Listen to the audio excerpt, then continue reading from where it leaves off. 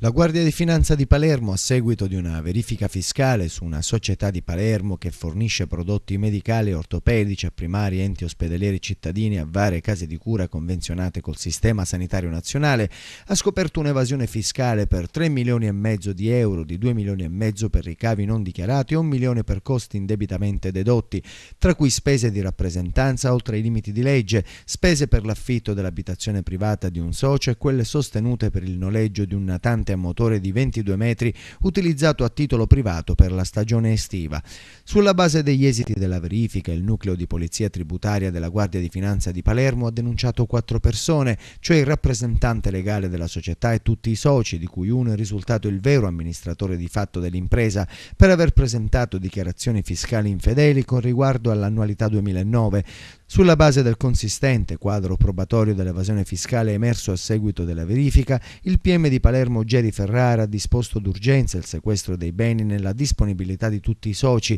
al fine della confisca in misura equivalente alle imposte evase, pari a circa 1.400.000 euro. La società ha quindi messo a disposizione dell'autorità giudiziaria la somma corrispondente versandola in un conto corrente dedicato. Le Fiamme Gialle hanno in tal modo potuto eseguire il sequestro della somma depositata per un ammontare di 1.393.183 euro, pari alle imposte evase, poi convalidato dal GIP Guglielmo Nicastro. Questa ulteriore misura cautelare patrimoniale adottata dal pool anti-evasione della Procura della Repubblica di Palermo, attualmente coordinato dal procuratore aggiunto Ignazio De Francisci, dimostra ancora una volta l'efficacia dello strumento del sequestro e della successiva confisca per equivalente, al fine di recuperare con tempestività e concretezza i profitti dell'evasione, contribuendo in tal modo in maniera effettiva al processo di risanamento delle finanze pubbliche gravemente danneggiate dal mancato pagamento dei tributi.